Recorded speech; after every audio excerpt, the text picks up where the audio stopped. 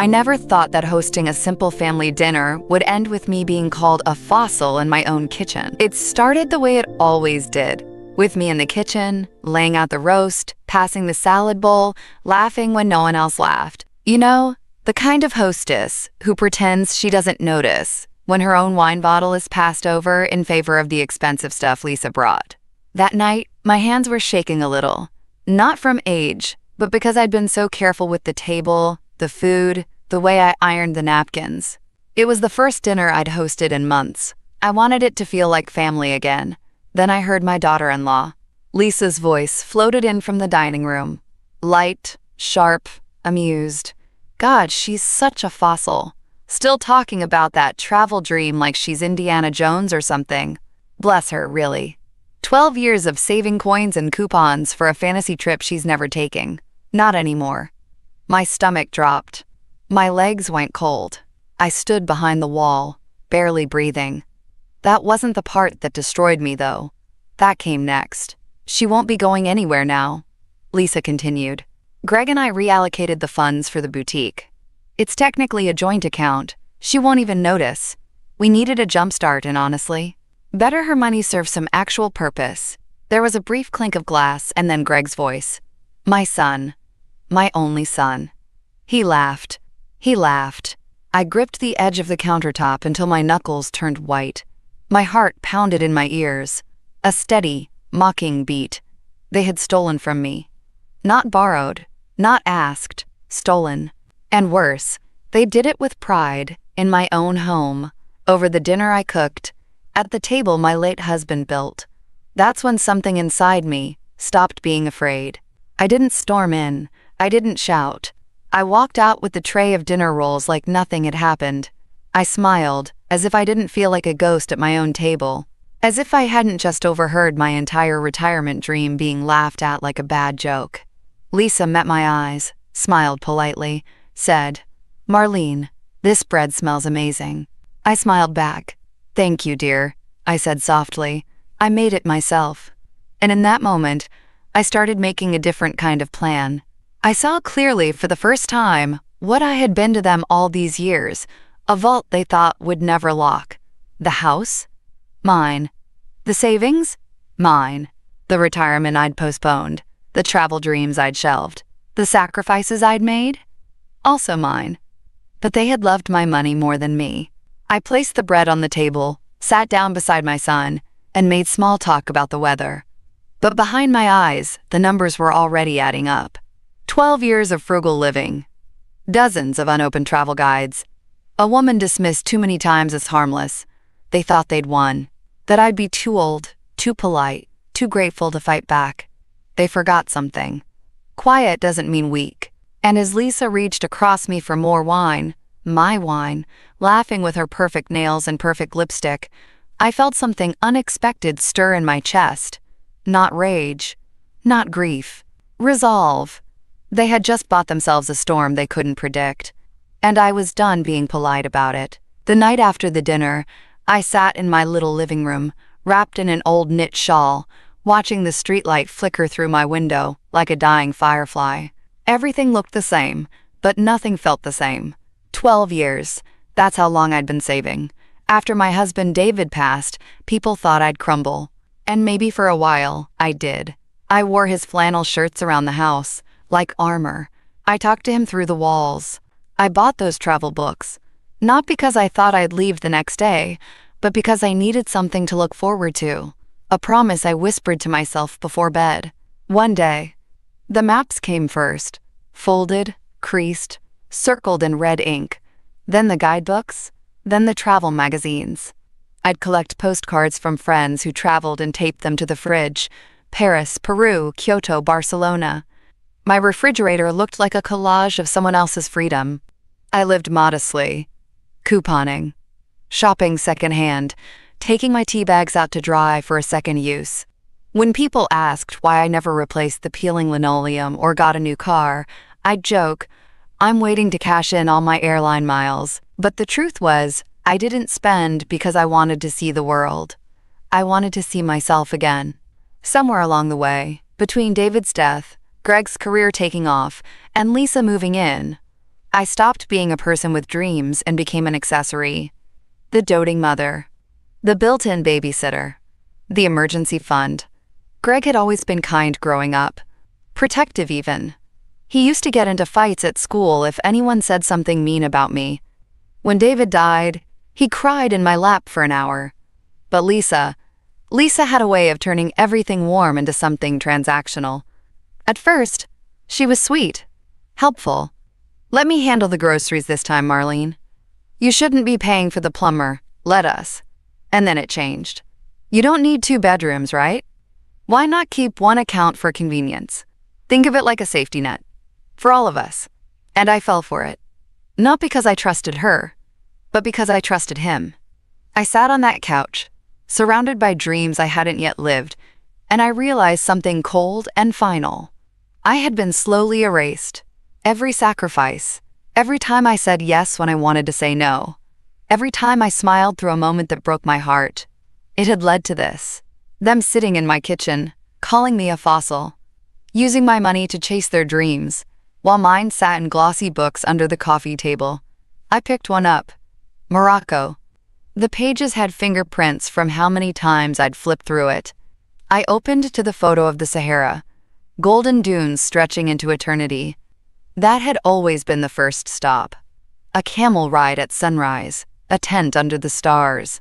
I traced the image with my finger, and I swear, I could hear David's voice beside me. You're not too old, Marlene. You're just not finished. That's when it hit me. This wasn't just theft. This was a declaration that they didn't believe I'd ever get there.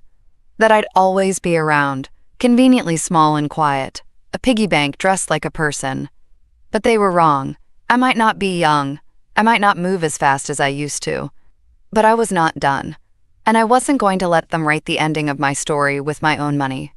They thought they took everything. But what they really gave me was motive. The next morning, I sat in the bank lobby, staring at the artificial ficus plant in the corner like it might give me answers. It wasn't even the first time I'd been here that week. Greg had insisted we keep the accounts joint for emergencies, but every time I asked for a statement or tried to set up online banking, he or Lisa would say, "Don't worry about it, Mom. We've got it under control." Under control. Right. That phrase used to mean something comforting when Greg said it. When he was a boy, he'd stand at the top of the basement stairs, holding a flashlight for David and yell, "Dad, I've got it under control." The flashlight would tremble in his little hand, but he meant it. That boy, he was brave. I don't know when he became a man who'd let someone else speak for him, who'd let his wife skim thousands off his own mother's savings and then laugh about it like it was clever. Like I was a fool. The woman behind the glass smiled mechanically. "Is there something specific you're looking for, Mrs. Donahue?" I cleared my throat. "Yes. I'd like to see the transaction history for my joint checking account ending in 2743. Just routine review." She typed something, looked at her screen, and then froze. "I'm sorry. It appears your account access has been changed. Only Mr. Greg Donahue and Mrs. Burry, Lisa Donahue, are listed as authorized online users." I felt something cold trickle down my spine.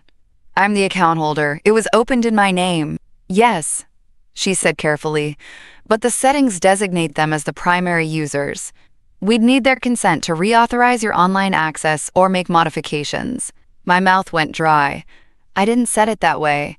She offered that same lifeless smile. "It may have been updated during your last joint appointment." The last appointment. I remembered it. A year ago. Greg had said, "Let me take care of the paperwork, Mom. It's just signatures." I signed where he pointed. Like a fool. I left the bank without another word. My purse felt heavier than usual, like it was carrying more than just receipts and lip balm. I kept hearing Lisa's voice in my head. "She won't even notice." They thought I didn't notice. I noticed everything. I noticed how Greg had started calling less after they got married. How holidays became, maybe next year. How Lisa would volunteer to run errands with my debit card and come back with boutique bags that just happened to be on sale. How Greg started deflecting real conversations with, "Lisa thinks," or "we decided." They called it protection. I called it slow erasure. I sat on the bus ride home, gripping the bar, teeth clenched. I kept thinking, what kind of man lets this happen to his mother? I raised him better than this. I raised him to stand up for what's right. I raised him to protect family, not pillage it. But maybe the worst part was realizing he didn't care enough to even lie well. He didn't hide the money. He didn't soften the betrayal. He let me sit at the dinner table while they joked about siphoning my life savings like I was just a stupid old woman. Maybe that's who I became to him, but not to me. By the time I got off the bus, I knew one thing for sure. I wasn't going to let them keep pretending I didn't exist. I was done being handled. From now on, I was going to handle things myself. The coffee shop smelled like burnt espresso and dust. I liked it. It didn't try to impress you. The kind of place where no one asked if you wanted oat milk. Just milk. Or nothing. Darren sat across from me in a faded button-up and a face that still carried pieces of our high school years. Same crooked grin. Same eyes that had once held mine too long at prom. We hadn't seen each other in over a decade. Reconnected only because I remembered, through a fog of memories, that Darren worked in finance now. Quiet guy. No fanfare. Trusted.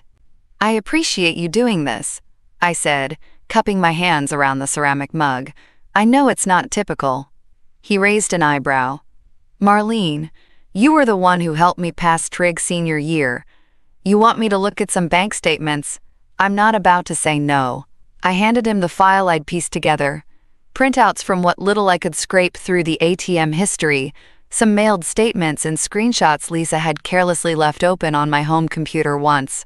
I'd started gathering them 2 days ago. Pretending I couldn't remember how to log in had earned me a few pitying glances and zero suspicion. They really thought I was slipping. He flipped through the stack, his smile fading with every page.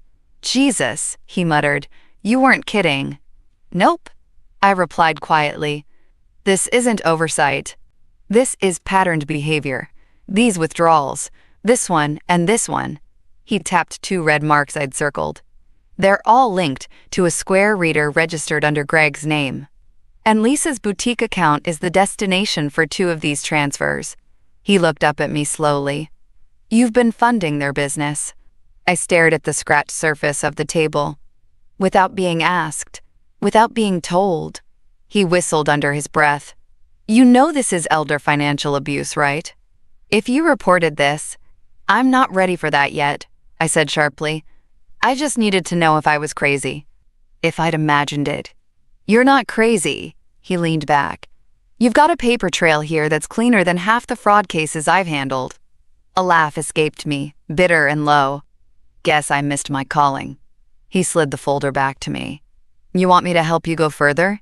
I shook my head. Not yet. They still think I don't know. That's my advantage. He looked at me for a long moment, then nodded. Whatever you need, you call me. Outside, the wind had picked up. I pulled my coat tighter around me and walked home slowly, the folder pressed to my chest like armor. For the first time in a long time, I didn't feel helpless. I felt angry. Cold, clear, surgical anger. They hadn't just taken my money. They'd taken my name off my own accounts, gaslit me into thinking I was forgetful, convinced me I was being dramatic for asking questions. They'd used every insecurity a woman my age is taught to carry. You're not tech-savvy. You're lucky we help. You're too old to manage all this alone. But they were wrong. So wrong. And now, I had proof. I had witnesses. And most importantly, I had patience. They wanted to play me like I was slow and harmless. Fine. Let them. They wouldn't hear me coming until it was too damn late. I started keeping a notebook. A plain black one I found in the bottom drawer of David's old desk. Used to be his for tracking car maintenance. Now it was mine, for tracking betrayal. Every time Lisa bragged about some brand launch, or Greg complained that a supplier wanted full payment up front, I'd smile and nod. Then I'd write it down. Date, time, exact words. I even started leaving my phone out on the table, screen down, recording voice memos while they gossiped and bickered and unknowingly incriminated themselves. They never noticed. Why would they? I was just Marlene, sweet old Marlene, the one who made too much potato salad and didn't understand hashtags. They talked freely in front of me, like I was deaf or dead. One evening, Lisa came over in a velvet blazer, deep emerald, probably designer.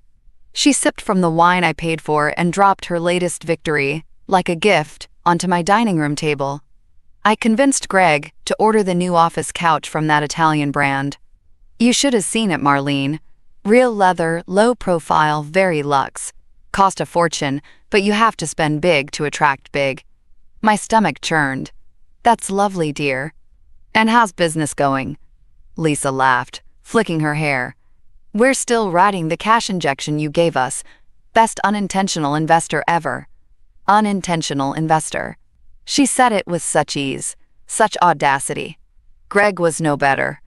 A week later, he mentioned their emergency website redesign. I asked how they paid for it. Oh, we pulled from the emergency fund. You know, your emergency fund. But the site looks amazing now. I recorded that too. At night, I sat in my little home office, headphones on, listening to their voices spill from the speakers like poison. Each clip another nail in the coffin of the story they told everyone. That I was involved, that I agreed, that I had no objections. I started printing things, lining up receipts, screenshotting social media posts, Lisa posing in front of gold-plated boutique shelving, captioned, "Dreams do come true, Dizzy." Greg boasting about owning your future at some entrepreneurship seminar, standing next to a projector that had probably been bought with my travel fund. They thought they were building a legacy. They didn't realize it was evidence. Sometimes I'd pause the recordings and just stare out the window. The travel books were still there, lined up neatly beside the armchair, dusty now. But they didn't feel like fantasies anymore. They felt like fuel. And every smirk, every dig, every time they brushed off my questions with "don't worry about it," only added to the fire. The more I documented, the calmer I became. Not cold, focused. I didn't scream, I didn't beg, I didn't confront. I simply watched and waited. They never asked what I was writing when I scribbled in my notebook at the dinner table. Lisa probably assumed it was a shopping list. Greg never asked at all. I was invisible to them in the most convenient ways. Good. Because what's more dangerous than a woman you don't think is watching? A woman who is. And I was watching everything. They gave me nothing but crumbs and mockery. I was about to give them something they'd never forget. That night, I sat alone in my bedroom with the lamp on low and the printouts spread across the quilt, like puzzle pieces I didn't want to solve, but couldn't look away from. My hand trembled as I ran it across the latest bank statement. $3,400 withdrawn for brand visuals. $2,100 for interior design consultation. Another $800 for what Lisa had once proudly called the boutique vibe. The boutique vibe. I had saved for over a decade, skipped dinners out, patched old coats, watched friends fly off on cruises while I stayed behind and said, maybe next year. And now my dreams were hanging on the walls of Lisa's Pinterest perfect shop, passed off as branding. My chest felt tight. I stood and walked to the window, pushing it open just enough to let in the cold. The air bit my skin. I welcomed it. It reminded me I was still alive, still mine. Then I heard his voice. Not Greg's. David's. Not in sound. Not really. But in memory. You're sharper than they think, Marlene. Always have been. He used to say that after I beat him at Scrabble. After I negotiated down the price of a car without raising my voice. After I caught a lie Greg tried to get away with as a teenager. Back then, David had always made me feel like I saw through things, like I had instincts no one could fool. But I had been fooled. By my own son. That was the part one couldn't shake, not the money, not Lisa's smugness. It was him, the boy who used to fall asleep on my shoulder after Little League games. The one who cried when I dropped him off at college and whispered, "Call me if you get lonely, Mom." Promise? Where had that boy gone? Or had he just grown into a man I never wanted to know? I sat on the edge of the bed, statement in one hand, notebook in the other. I didn't cry. Not really. I just leaked. The tears slid down my cheeks quietly. No sobbing, no heaving. Just slow, exhausted grief. Grief for the years I'd spent loving people who didn't love me back the same way. Grief for every time I'd said, "It's okay, sweetie," when it wasn't. Grief for the quiet, brutal truth. They loved my money more than me. And yet, underneath that sadness, something else was taking root. Fury? Maybe, but more than that. Resolve. They'd taken my money, but they hadn't taken my mind. Or my memory. Or my name.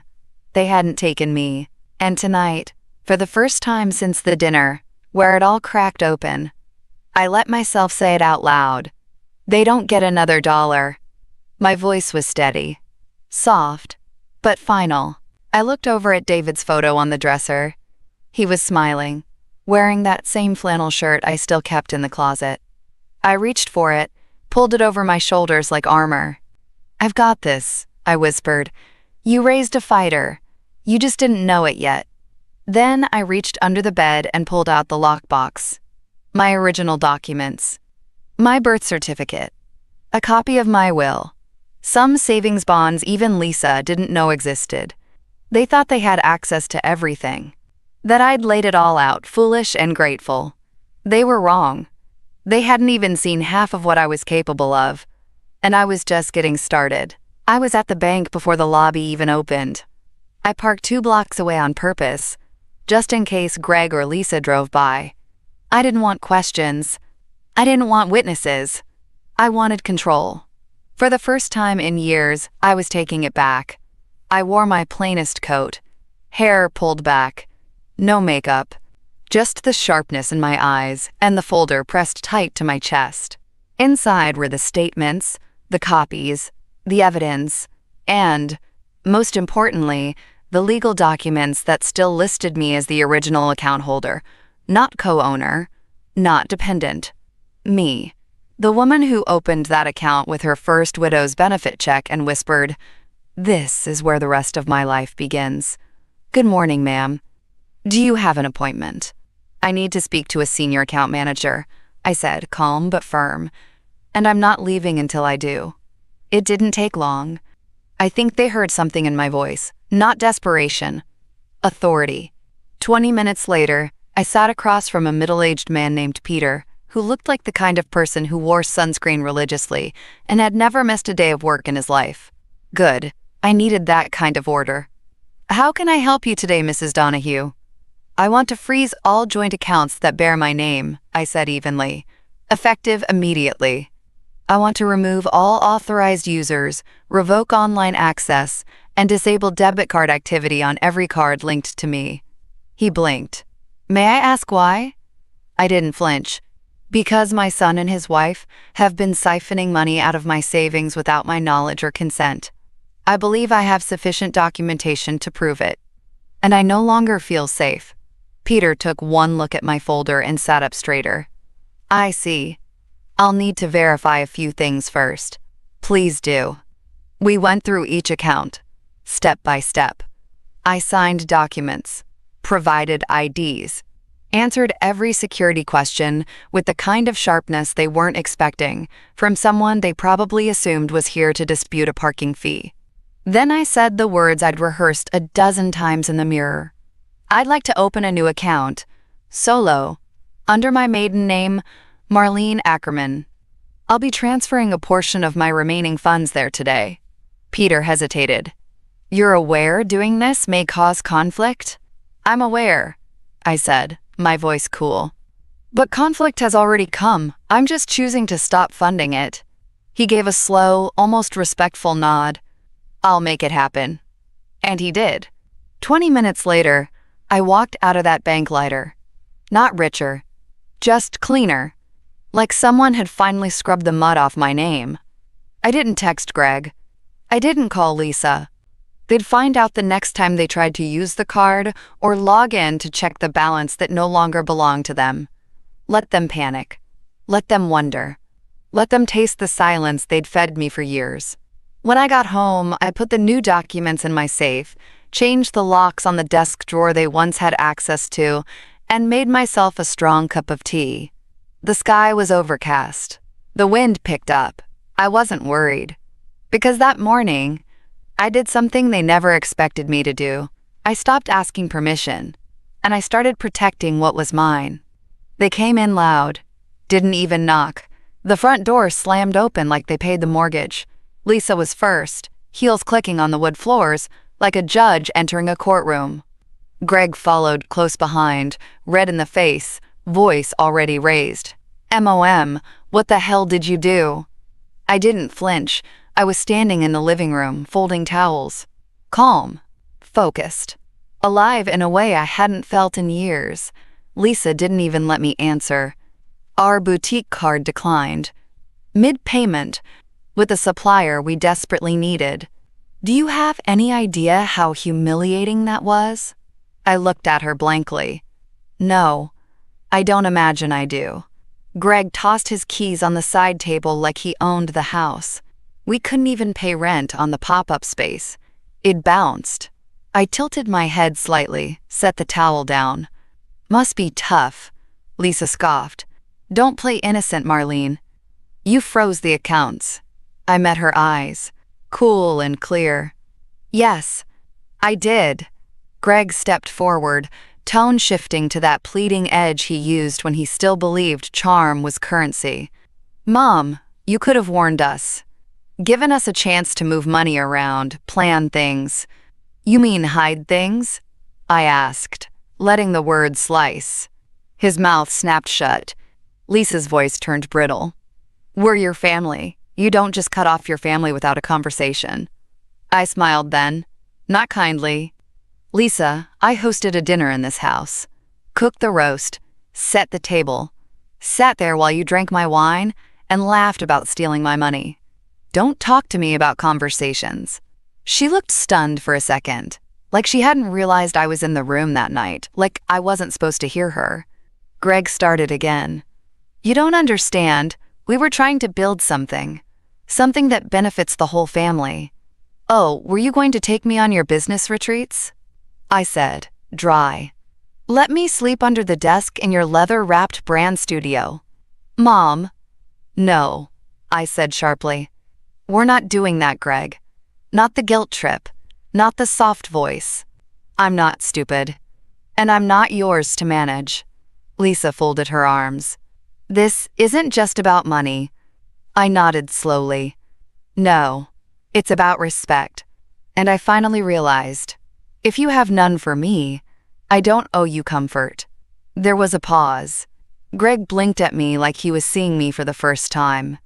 Then Lisa tried again, this time with venom. You'd really rather let us go under than support your own son's future? I stepped forward, towel still in hand, calm as the day is long. If you're adults enough to steal from me, you're adults enough to budget.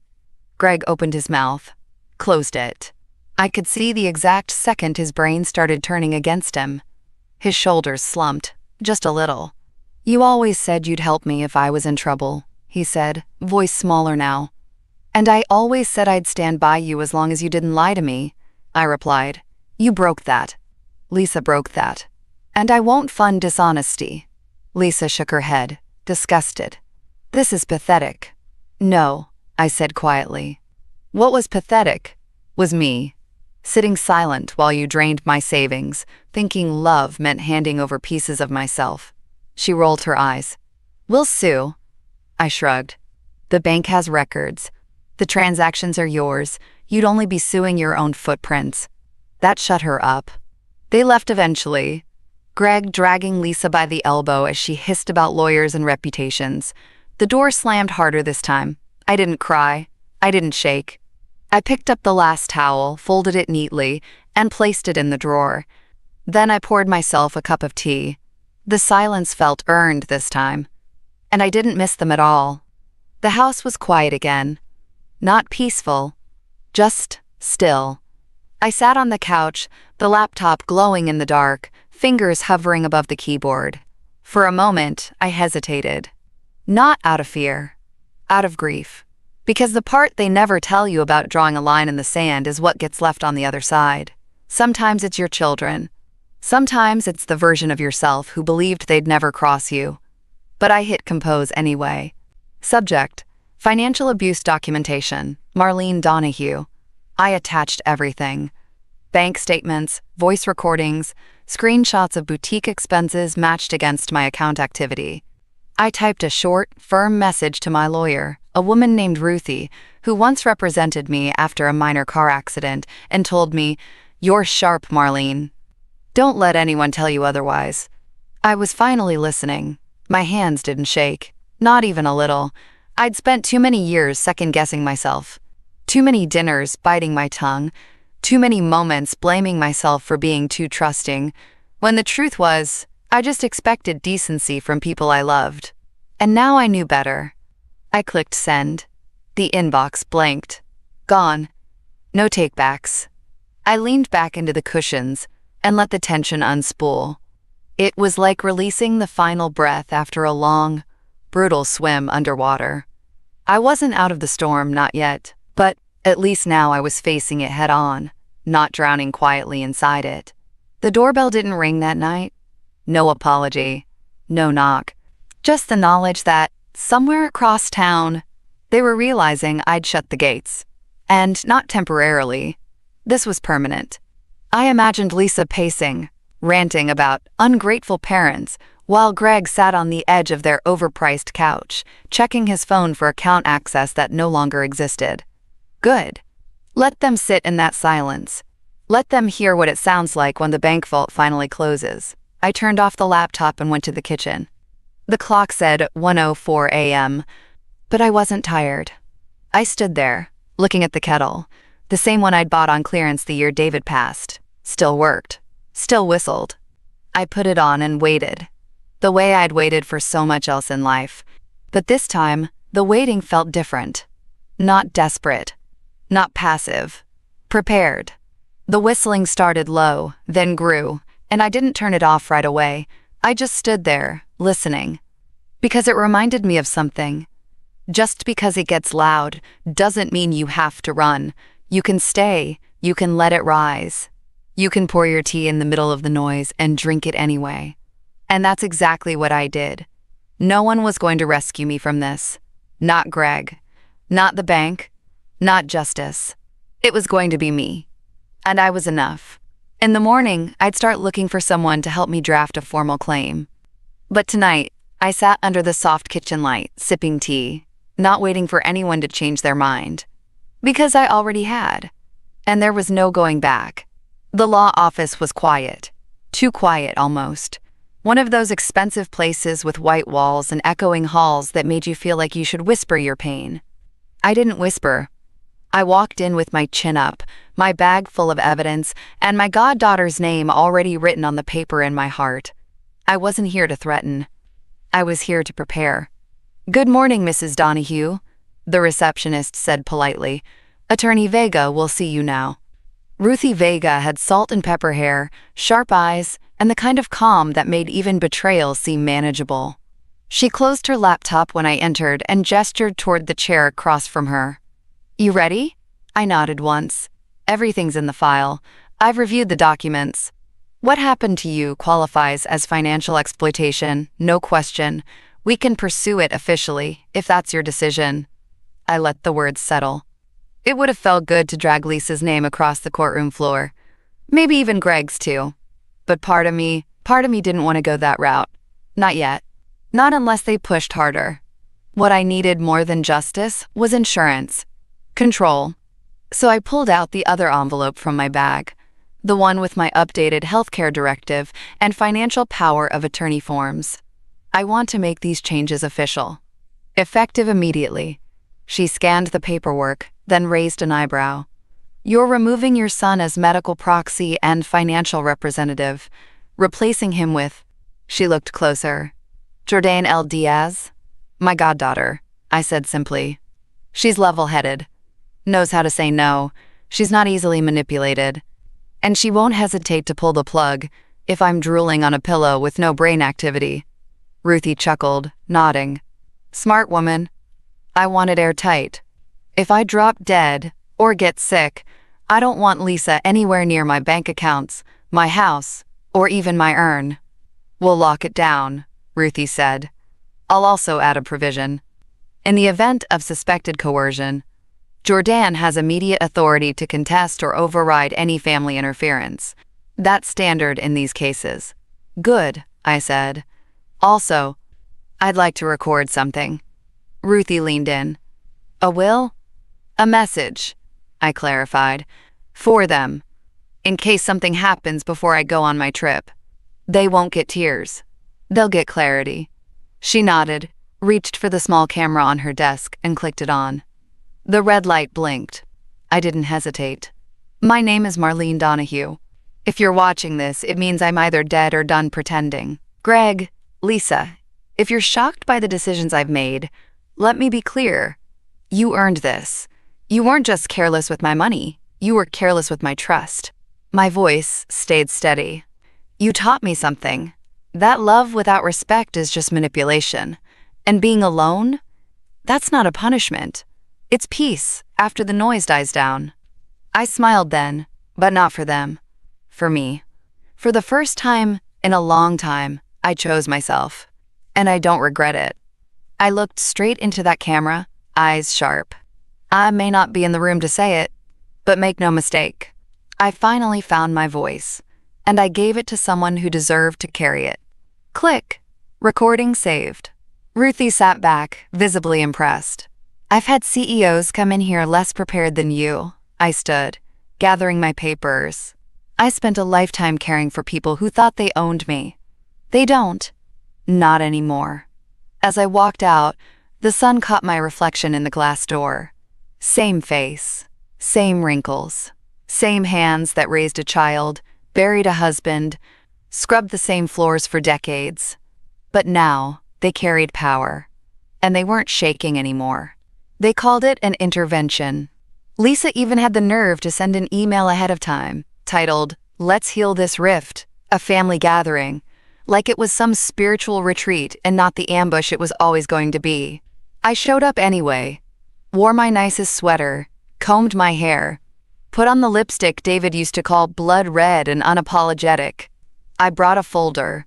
The dining room was full. Not just Greg and Lisa, but cousins, uncles, even Aunt Cheryl from 3 towns over, who hadn't said 2 words to me since David's funeral and now suddenly wanted to play mediator. Greg opened with a fake smile. Mom, we're glad you came. Lisa nodded beside him like she was hosting a TED Talk on forgiveness. We all just want to understand what happened. Maybe get to a better place. I took my seat quietly. The room smelled like tension and pot roast. Lisa, I said evenly, you called this meeting. Let's hear it. She cleared her throat like an actress finding her light. We've all been concerned about the choices you've been making lately. Cutting off the accounts. Avoiding family. Taking action that frankly feels, well, punitive. Punitive. That was the word she used for me reclaiming my life. Greg chimed in. We just want to help.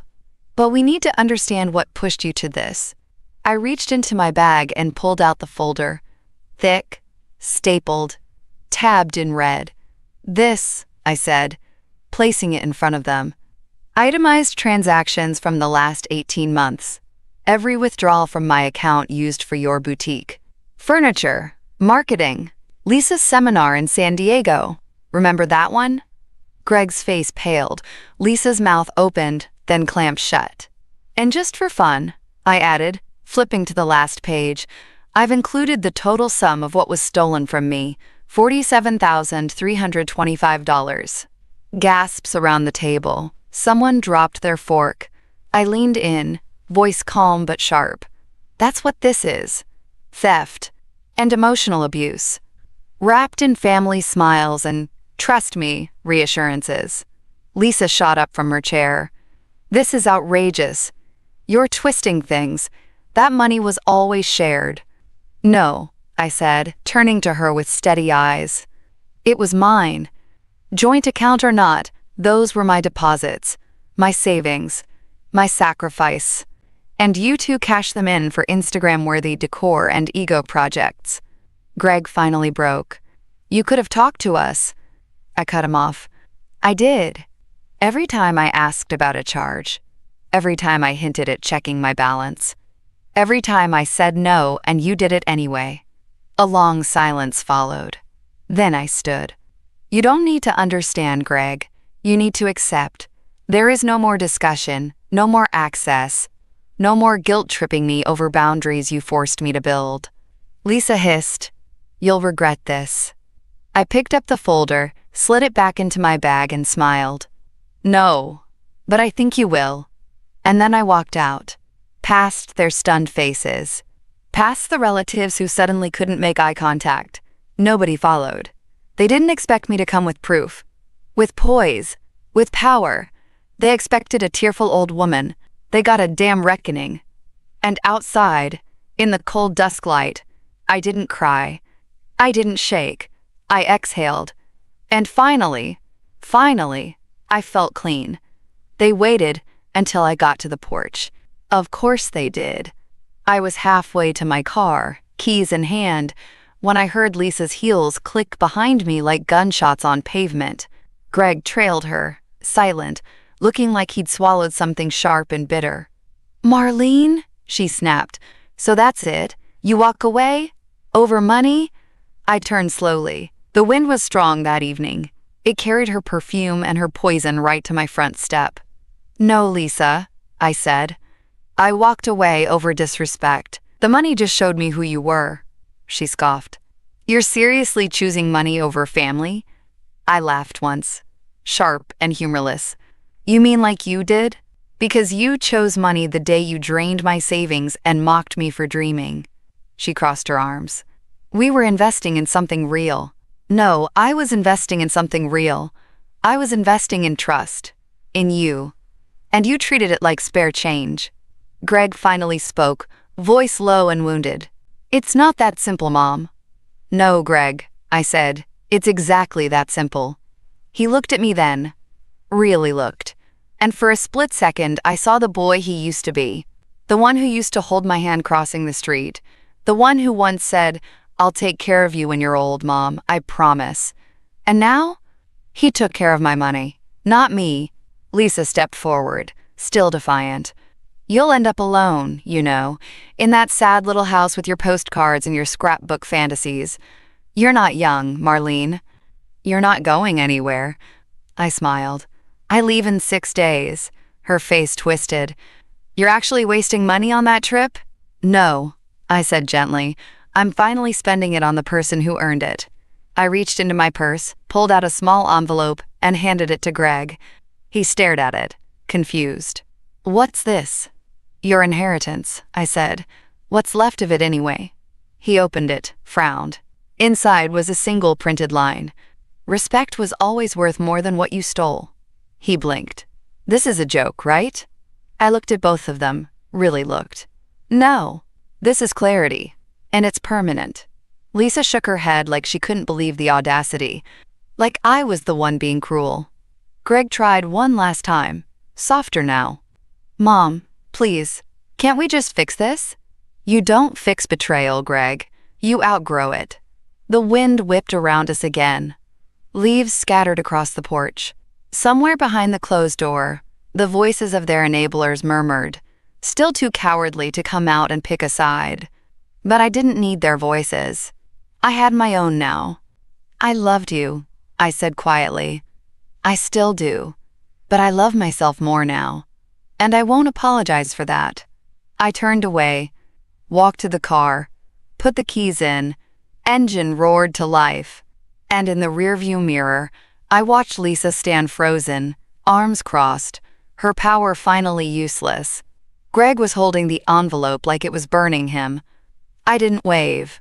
I didn't cry, because I finally understood.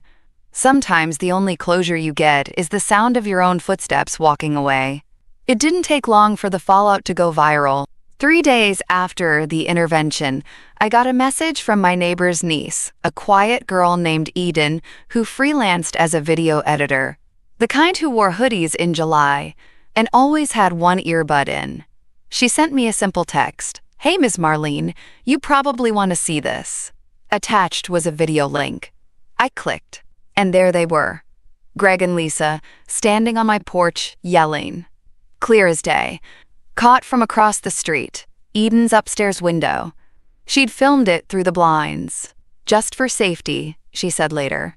"In case anything happened. No editing, no voiceover. Just Lisa's shrill voice echoing, 'You're seriously choosing money over family?' And my answer, plain and calm, cutting through the wind like glass. 'You chose money the day you stole mine.'" The video ended with Greg holding the envelope, stunned, Lisa cursing under her breath. Me walking to my car, back straight, never once looking back. It spread fast. Someone posted it to a local Facebook group under the title, "When you try to bully grandma but she comes with receipts." 2,000 shares in 12 hours. By the end of the week, Lisa's boutique page had turned off comments. Clients demanded refunds. One woman claimed she recognized a piece of decor Lisa had bragged about. It matched a purchase listed on the receipts I'd shown Greg. Another said she'd already filed a small claim suit, accusing Lisa of, quote, "unethical business practices." The backlash was brutal, public, swift. Lisa tried to fight it. Posted some half-apology video full of forced smiles and phrases like miscommunication and "we all make mistakes." But the internet doesn't forget. People dug up old posts. A photo of Greg toasting champagne under a neon sign that said Boss Energy. A caption that read, "Sometimes success starts at home. Thanks, mom winking face," got reposted over and over again, dripping with sarcasm. They tried to control the narrative, but it was already out of their hands. Because the truth was too clear, too ugly, too common. People recognized me. The quiet mother, the helpful woman, the invisible resource. I started getting messages, hundreds, from strangers, from women, from widows, from daughters and grandmothers who'd been guilted, milked dry, made to feel like they owed their lives to people who only called them family when the money ran low. One woman wrote, "You're not alone. I've lived this. Thank you for being brave." Another, "I sent your video to my daughter. Told her this is who I want to be when I finally say enough." I wasn't looking for fame, I wasn't looking for revenge, but it found them anyway. And this time, I didn't lift a finger. They dug their own grave with greed. All I did was stop shoveling. Late that night, I stepped out onto my porch, the same spot where they'd tried to shame me. The air was quiet now, no yelling, no chaos, just the rustling of leaves and the distant hum of cars. I looked up at the stars. David used to say they were the only thing in life that reminded you how small people's opinions really were. He was right. I went back inside, poured myself a cup of tea, and smiled. They took my money. They mocked my dreams. But in the end, they gave me back something priceless. My voice. And now the whole world had heard it. The knock came 2 days later. Not loud, not demanding, just hollow. Like guilt tapping politely, hoping for an answer. I didn't open the door right away. I watched him through the peephole. Greg stood there in jeans and a wrinkled hoodie, his hair messy, his eyes bloodshot. He looked like a man who had finally run out of excuses. I opened the door just enough to let the cold in, not him. "Hi, Mom," he said, voice cracked. "Can I come in?" I said nothing. "I just want to talk." I leaned against the frame, arms crossed. "You had your chance. Multiple dinners ago." He tried a smile, small, pitiful. "I know. I messed up. We messed up." "We?" He swallowed. "Lisa, she was pushing hard, yeah, but I should have stopped her. I should have stopped myself. I got caught up in making it work, in looking successful, and I thought you'd be okay. I didn't think, you didn't care to think," I cut in. "And now that the audience is gone and the likes have dried up, You're standing here like the little boy who used to cry when I left him at preschool." He looked down. "I miss you." "No," I said quietly. "You miss what I gave you. The money, the convenience, the silence." His lip quivered. "I miss you before all this." I shook my head slowly. "You don't get that version of me back. Because she's gone, Greg. You buried her the day you laughed at me for wanting more than to be your cash register in a cardigan." He stepped forward slightly, hands shaking. "Please, just let me explain. I heard enough the first time," I replied. "Through the wall, during my dinner. Remember?" His face flushed. "That video ruined our lives." "No," I said. "You ruined your life. The video just held up a mirror." He blinked at that, eyes brimming, but I didn't soften. Not this time. He reached into his jacket, pulled out a folded piece of paper. "I wrote this. In case you don't want to talk now. It's not perfect, but it's honest. I didn't take it." He placed it gently on the porch rail. "Just read it, if you want." I looked at the paper but didn't move. Then he whispered, "I'm sorry, Mom." "I believe you," I said, "but I don't forgive you. Not today." He nodded. Just once, like he knew that was the best he was going to get. Then he turned and walked away. No screaming, no begging, just footsteps fading down the sidewalk. I watched him disappear. Then I closed the door. I didn't cry. I didn't crumble. I picked up the letter and placed it on the side table without opening it. Maybe I'd read it tomorrow. Maybe never. Because here's the truth. Regret is not a refund. And an apology doesn't refill the dreams you emptied out one transaction at a time. He came looking for a mother. But the woman he betrayed? She didn't live here anymore. I did. The cruise terminal was humming with life. Rollers clacking, laughter echoing, announcements blaring over cheap speakers. It should have overwhelmed me. It didn't. I stood there, passport in hand, suitcase at my feet, heart steady. This was it. 12 years of saving. 1 year of being siphoned. And 3 months of clawing every inch of my dignity back. I wasn't here to escape. I was here to arrive.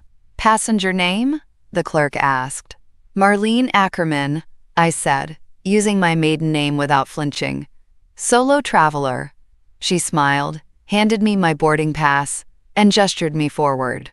The ship loomed massive and white, like a promise kept. I walked the ramp slowly, feeling the slight sway of the sea even before I stepped aboard. And when I did, no fanfare, no music, just me. On my own terms. My cabin was small but beautiful, ocean view, just like I'd booked. A folded towel shaped like a swan sat on the bed. A welcome letter addressed to Ms. Ackerman. No mention of Mom, Mrs., or any other name that had ever come with strings. I unpacked slowly, hung up the 3 dresses I'd bought secondhand but tailored to fit like armor, took out the little velvet pouch with David's wedding band and placed it on the desk beside the itinerary.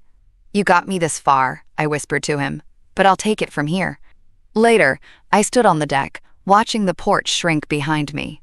Somewhere in that city were 2 people still choking on their own consequences, still trying to spin the story, still waiting for the version of me that begged to come back. But that version? She was at sea now. The breeze hit hard, but I didn't pull my coat tighter. I let it whip through my hair. Because I'd earned the wind. I'd earned the salt on my skin and the ache in my chest that came from choosing myself without apology. A woman leaned over next to me, maybe 60 or so, wrapped in a silk scarf. "First cruise?" she asked. I nodded. She smiled. "You're glowing." I laughed softly. "It's probably the justice." She raised a brow, amused. "Now that's a story I want to hear. And maybe someday I'd tell it. Over wine and Mediterranean sunsets. Without shame. Without bitterness. Just truth. Because what they did to me, it didn't define me. What I did next, that's what counted." In the distance, the water stretched wide and endless. For the first time in years, so did I. No family dinners with hidden knives. No gaslighting smiles. No need to ask, Am I overreacting? Because the answer had been no all along. I stayed on that deck until the last sliver of land disappeared. Then I turned away. Not to forget, but to begin. Because closure isn't slamming a door. It's boarding a ship with nothing left to prove. And when I lay down in that cabin, alone and whole, the silence didn't feel empty. It felt earned.